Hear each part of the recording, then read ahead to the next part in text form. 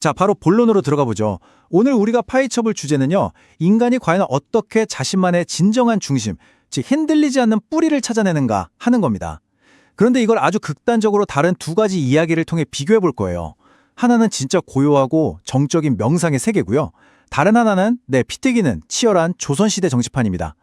완전 물과 기름 같은 이 전혀 다른 두 이야기가 도대체 어떻게 하나로 연결되는지 끝까지 지켜봐 주세요. 복잡하고 정신없는 이 세상 속에서 여러분은 도대체 어떻게 멘탈을 관리하고 안정을 찾으시나요? 평화라는 게 내 마음을 싹 비워야 저절로 찾아오는 걸까요? 아니면 내 주변 세상을 내 원칙과 기준에 맞게 꽉 잡고 통제해야 얻어지는 걸까요? 오늘 우리가 깊게 파고들 진짜 근본적이면서도 도발적인 질문입니다.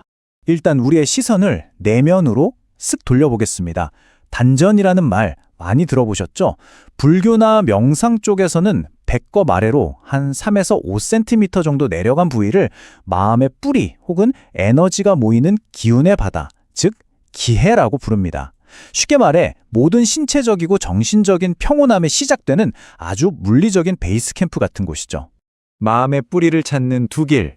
그 첫 번째로 내면 깊은 곳에 단단히 닻을 내리는 여정부터 살펴보겠습니다. 단전, 고요함과 비움의 미학입니다. 우리가 스트레스 받으면 머리로 열이 확 뻗치잖아요. 그 뜨거운 불안과 번뇌의 불기운을 배 아래쪽으로 툭 하고 편안하게 떨어뜨리는 과정에 대해 이야기해 볼게요. 여기서 진짜 재밌는 포인트가 뭐냐면요. 이 단전이라는 개념에 담긴 불교의 세 가지 의미가 내면의 평화를 아주 완벽하게 설계해 준다는 거예요. 먼저 내 마음의 무게중심을 확 낮추는 겸손인 하심이 있고요. 그 다음 단전의 의식을 딱 붙여서 내 미세한 숨결을 지켜보는 지관, 그리고 몸의 중심이 진짜 고요해졌을 때 비로소 내 안에 밝은 지혜가 탁 켜지는 자성의 통로. 이 세 박자가 기가 막히게 톱니바퀴처럼 맞물려 돌아가는 겁니다.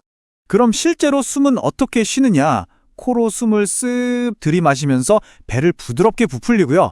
절대 무리하지 않고 딱 1, 2초 정도만 잠깐 멈춥니다. 그러고 나서 숨을 가늘고 길게 후 내쉬면서 배를 수축시키는 거죠. 여기서 진짜 제일 중요한 열쇠는 바로 이완이에요.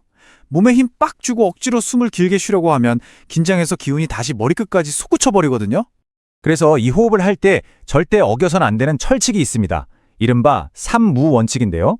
내 귀에 내 숨소리가 들리면 안 되는 무성, 호흡이 중간에 톡톡 막히지 않는 무체, 그리고 억지로 힘을 줘서 무리하지 않는 무강. 한마디로 억지 부리지 말고 힘 쫙 빼고 자연스럽게 흘러가도록 둬야 한다는 겁니다. 자, 이제 진짜 하이라이트입니다. 여기서 아주 극적인 대비를 하나 보여드릴 건데요. 방금 본 이 부드럽고 텅 빈 내면의 펴와 불기운을 밑으로 쫙 내리는 이 방식과 완전히 정반대되는 삶을 살았던 분이 있습니다. 평생 머릿속에 그 뜨거운 불기운을 단 한 번도 내리지 않고 오히려 외부 세상을 아주 강력하게 통제하려고 했던 인물. 완전히 반대되는 두 그림이 어떻게 부딪히는지 궁금하시죠? 두 번째 파트, 송시열. 이념의 중심을 찾아서. 우리의 시야를 17세기 조선 오암 송시열의 삶으로 급격하게 확 돌려보겠습니다. 송시열, 아마 역사 시간이나 사극에서 많이 들어보셨을 겁니다. 조선 후기를 뒤흔든 정치적 거물이자 서인의 영수였죠. 이분은 방금 우리가 본 것처럼 호흡을 가다듬고 마음을 비워서 세상의 안정을 찾은 게 아니에요. 오히려 절대 타협 없는 성리학적 규칙, 아주 깐깐하고 엄격한 이념의 정통성 안에서 세상의 질서와 뿌리를 꽉 잡으려고 했던 학자이자 정치가였습니다. 그래서 이분의 인생 타임라인을 보면요. 아까 그 단전호흡의 평온함? 정말 눈을 씻고 찾아봐도 없습니다. 1635년에 임금의 스승으로 등용된 이후로 그 유명한 두 번의 예속 논쟁을 거치고 1689년에 비극적인 죽음을 맞이하기까지 정말 이제 한시도 조용할 날이 없었고 너무나도 뻣뻣했으며 피바람이 부는 치명적인 여정이었죠. 예속 논쟁, 타협 없는 이념 전쟁. 겉보기엔 그냥 왕실에서 상복을 몇 년 입어야 하냐 하는 싸움 같죠? 하지만 그 속을 들여다보면 피도 눈물도 없는 권력 다툼이었습니다. 양쪽 입장을 아주 객관적으로 딱 비교해보면요.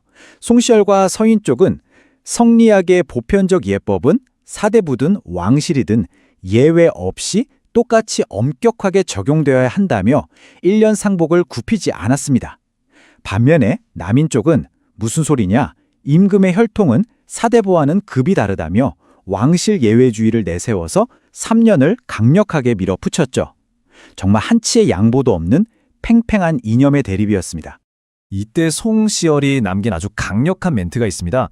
주자가 논한 바는 단 한 가지 이치라도 분명하지 않은 것이 없는데 윤유는 왜 자기 마음대로 고치는가?